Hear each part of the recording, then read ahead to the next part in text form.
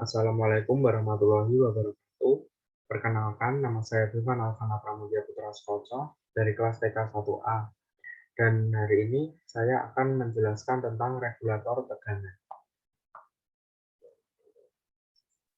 Di percobaan kali ini, regulator tegangan adalah bagian power supply yang berfungsi untuk memberikan stabilitas output pada suatu power supply. Output tegangan DC dari banyak arah tanpa regulator mempunyai kecenderungan berubah harganya saat dioperasikan.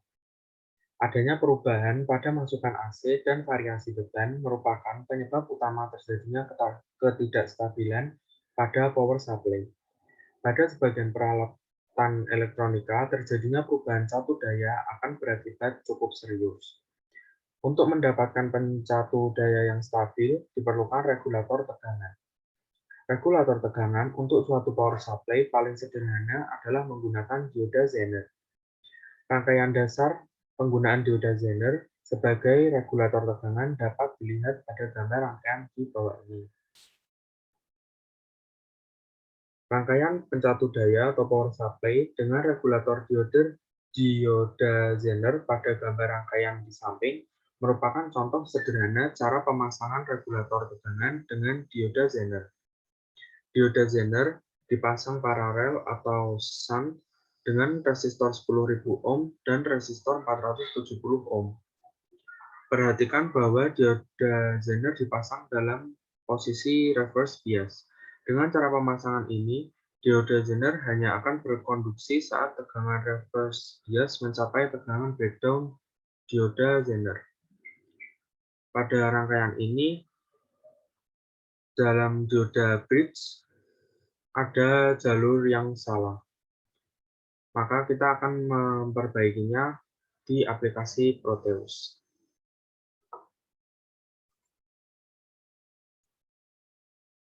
Ya, ini adalah rangkaian regulator tegangan yang sudah saya perbaiki. Di rangkaian sebelumnya, titik 2 ini menyambung pada trafo dan switch dan juga resistor.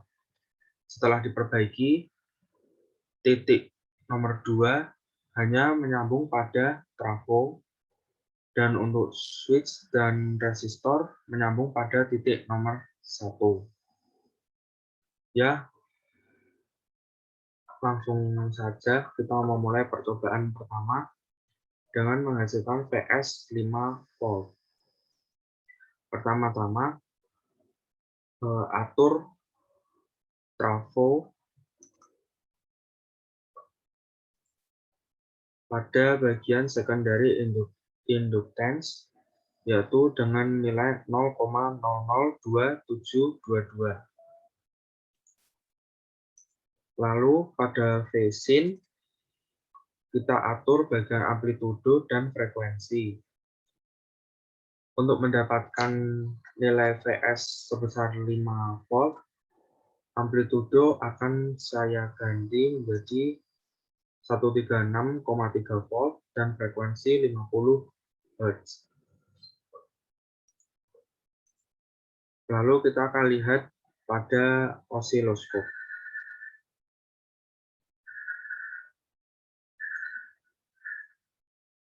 Seperti ini gelombang pada osiloskop. Dan VS yang dihasilkan 5 volt. Lalu pada percobaan kedua, switch terbuka dan VS menunjukkan nilai 9 volt. Saya akan ubah amplitudonya menjadi 244,5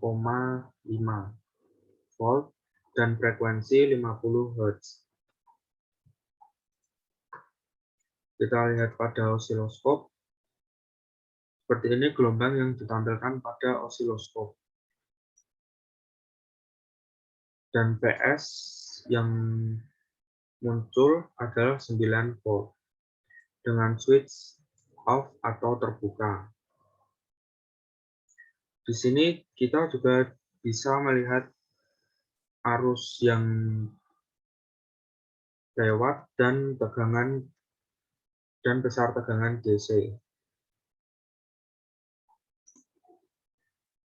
Di percobaan ketiga, dengan switch off dan hasil dari VS 12 volt.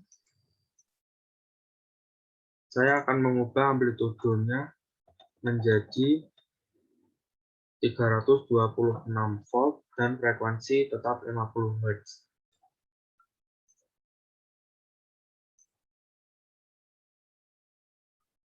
Ini adalah gelombang yang dihasilkan oleh osiloskop dan PS yang dihasilkan 12 volt.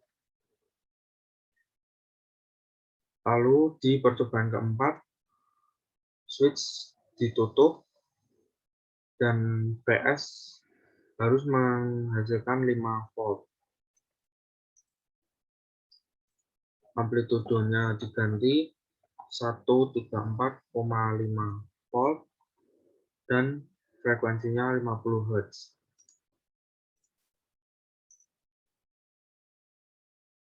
Gelombang yang dihasilkan pada osiloskop tampil seperti ini.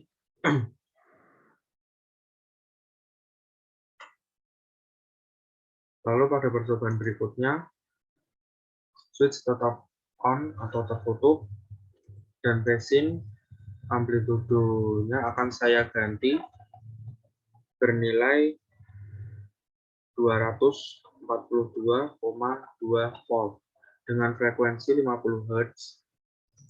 Dan kita lihat hasil pada osiloskop.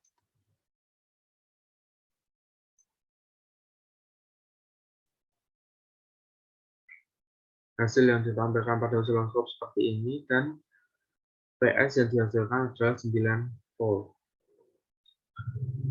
Dengan tegangan DC-nya 9,03 volt.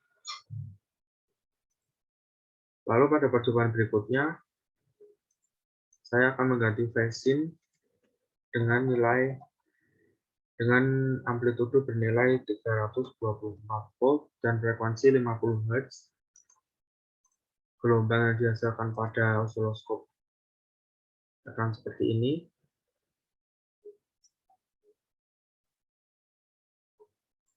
Lalu pada VS bernilai 12 volt dan tegangan DC-nya 9,12 volt. Dan seperti itulah percobaan praktikum saya di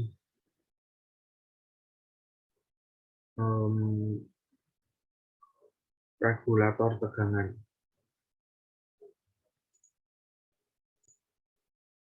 Setelah saya mencoba pada aplikasi Proteus,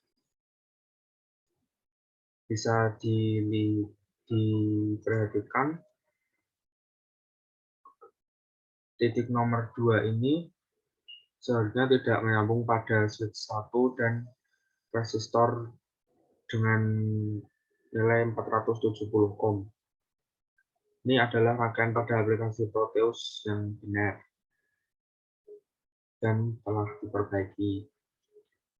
Lalu untuk tabel hasil praktikumnya, tegangan sekunder trafo atau VS dengan nilai tegangan 5 volt, switch tertutup, menghasilkan ampere meter bernilai 0 ampere dan voltmeter 0 volt. Pada VS 9 volt, switch tertutup atau off, ampere meter bernilai 0 ampere dan voltmeter bernilai 0 volt. Pada VS bertegangan 12 volt, switch tertutup, ampere meter menunjukkan nilai 0,0 ampere dan voltmeter juga menunjukkan nilai 0 volt. Pada VS bertegangan 5 volt dengan switch terbuka, ampere meter tetap 0 ampere dan voltmeter menunjukkan nilai 5,43 volt. VS pada tegangan 9 volt dengan switch tertutup, ampere meter menunjukkan nilai 0 ampere dan voltmeter menunjukkan nilai 9,03 volt. Dan yang terakhir pada VS bertegangan 12 volt dengan switch tertutup atau on, ampermeter bernilai 0,01 ampere dan voltmeter menunjukkan nilai 9,1 volt. Ya, sekian dari saya. Kurang lebihnya ada beberapa mohon maaf. Terima kasih. Wassalamualaikum warahmatullahi wabarakatuh.